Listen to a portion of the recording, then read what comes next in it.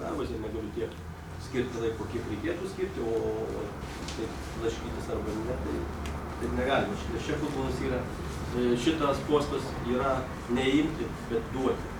Tai yra iš šito ateiti su tuo, kad reikia ieškoti, reikia remti, reikia duoti kažką. O paimti, čia gal priimti emocijos gali pasiimti, žiūrėdamas futbolą, kada važiuoji pažiūrį Lietuvos rinktinę, kažkur tada tas atsiperka, tas visas įdėtus darbus, tais momentais. Taip, kad pagal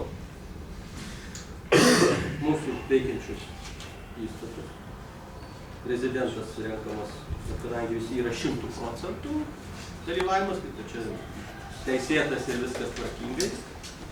Aš noriu pagal nuostatus, pagal įstatus tai yra, visi kandidatai turėjo pareikšti, klubai turėjo prieš 20 dienų pareikšti, pasiūlyti kandidatus į prezidentus.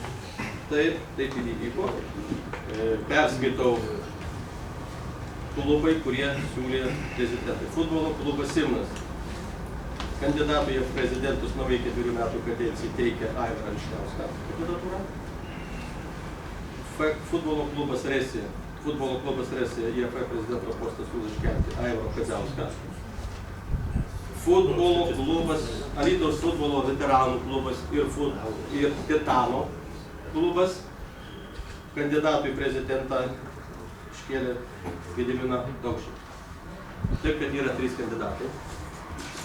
Aš manau, kad prieš priimdami tam tikrus sprendimus mes suteiksim kandidatams pasisakyti, pareikšti savo pozicijas, ką jie mąsto apie tą futbolą, ką jie galvoja.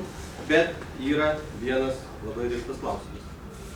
Mūsų įstatuose neapibrėžta, kokią formą balsuojama už vieną ar kitą kandidatą.